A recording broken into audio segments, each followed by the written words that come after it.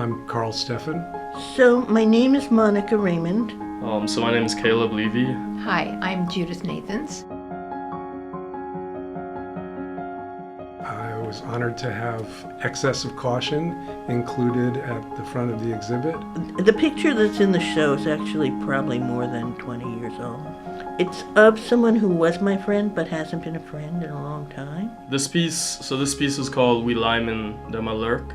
And so liming is like a term from Trinidad, and it means like having a party, hanging out with friends. And then the demalurk is just saying they are lurking, a kind of general they. The name of the piece, it's a quilted piece called Family Ties, and it literally is made up of my father's ties that he had. My training is in representational art making, so faces and figures, people in relation to one another. It features a young child with a traffic cone on their head, sort of playing blind man's bluff on a basketball court, which happens to be Senate Park, not too far from here. And the origin of the piece is that I was coming from getting my hair cut and headed toward my studio on Essex Street and walked past the court while children were playing there, and I saw this.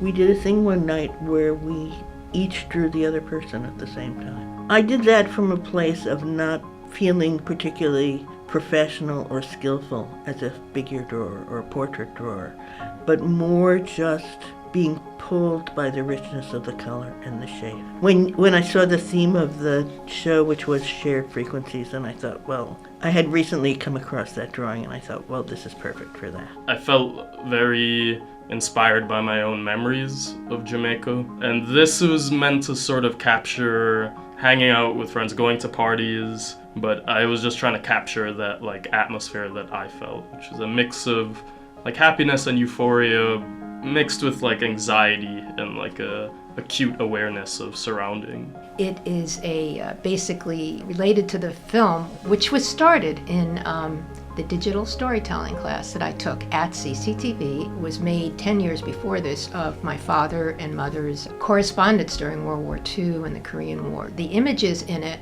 I printed them, but the ties themselves, I realized that I was never going to be able to make a quilt because I'm not a quilter, so I found a wonderful artist, Julie McDaniel, who did piece together the pieces. She did preserve the middle square, if you ever look at it, which looks a little more amateurish, but that's mine, because she wanted to preserve my first attempt. Well, for me, it's very much a Cambridge painting. It's very much sort of representing my sense of our community, which is one of bright ideas, joy, experimentation, and also joy. It's really exciting for me to revisit it now. It's kind of tempting me to go back to working with like oil sticks and oil pastels and see what that does. And also maybe do some gigs with people like that where we draw each other again. Yeah, I would say there are a lot of figures sort of semi-interacting in the piece. I tried my best to capture a balance between joy but also the darkness that they carry with them. Yeah, I would say pay close attention to the figures.